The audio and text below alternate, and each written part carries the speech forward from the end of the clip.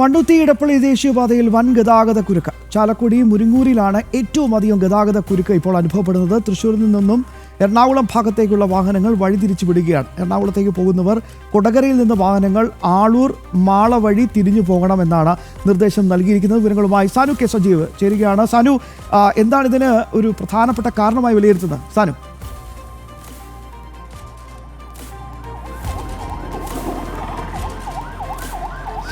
കഴിഞ്ഞ കുറച്ച് കാലങ്ങളായിട്ട് മണ്ണുത്തി ഇടപ്പള്ളി ദേശീയപാതയിൽ വലിയ ഗതാഗത കുരുക്കാണ്. അതായത് ദേശീയപാതയുടെ നിർമ്മാണം നടക്കുന്നു. ആ നിർമ്മാണത്തിന്റെ ഭാഗമായിട്ടുള്ള വാഹന നിയന്ത്രണമാണ് ഇത്തരത്തിലുള്ള ഗതാഗത കുരുക്കിന് ഇടവരുത്തുന്നത്. അതായത് കഴിഞ്ഞ കാലങ്ങളിലൊക്കെ നമ്മൾ കണ്ട പോലെ ഇവിടുത്തെ ടോൾ പിരിവടക്കം, അതായത് പാലിയക്കരയിലെ ടോൾ പിരിവുകളുടെ അടക്കം ഹൈക്കോടതി റദ്ദ് ചെയ്തുകൊണ്ട് വാഹനങ്ങൾക്ക് സുഗമമായി കടന്നു പോകുന്നതിന് വേണ്ടിയിട്ടുള്ള സമാന്തര പാതകൾ അടക്കം നിർമ്മിച്ച്, അല്ലെങ്കിൽ അതിലെ പ്രശ്നങ്ങളടക്കം കുഴികളടക്കം നികത്തിയതിന് ശേഷം മാത്രമേ ടോൾ പിരിവ് നടത്താവൂ എന്നൊരു നിർദ്ദേശമൊക്കെ നേരത്തെ കൊടുത്തിരുന്നു. എന്തായാലും അത്തരത്തിൽ ഗതാഗത സൗകര്യം ഗതാഗത യോഗ്യമാക്കിയതിന് ശേഷമാണ് ടോൾ പിരിവൊക്കെ ആരംഭിച്ചത്. എന്തായാലും കഴിഞ്ഞ കുറച്ച് ദിവസങ്ങളായിട്ട് ഈ മണ്ണുത്തി ഇടപ്പള്ളി ദേശീയപാതയിൽ ഗതാഗത കുരുക്ക് തുടരുകയാണ്. ഒരു ഭാഗത്തേക്ക്, അതായത് തൃശ്ശൂരിൽ നിന്ന് എറണാകുളത്തേക്ക് പോകുന്ന ഭാഗത്തും അതേപോലെ തന്നെ അവിടെ നിന്ന് എറണാകുളത്ത് നിന്ന് തിരിച്ച് തൃശ്ശൂരിലേക്ക് വരുന്ന ഭാഗത്തും ഒരേപോലെ ഗതാഗത കുരുക്കാണ് അനുഭവപ്പെടുന്നത്. സാധാരണ ഇന്ന് തിങ്കളാഴ്ചയാണ്, അധിക തിരക്കുകൾ ഉണ്ടാകും, സ്കൂൾ സമയമാണ്, ഒപ്പം തന്നെ ഓഫീസുകളിലേക്കൊക്കെ പോകുന്ന ആളുകളുടെ വലിയൊരു തിരക്കുണ്ടായിരുന്നു. ആ സമയത്താണ്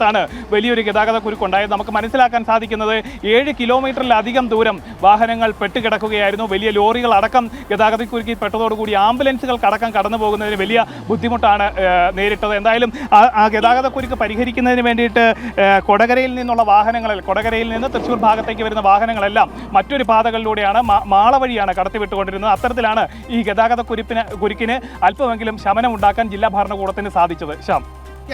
സാനു കെ സജീവാണ് വിശദാംശങ്ങൾ കൃത്യമായി തന്നെ നൽകിയത്.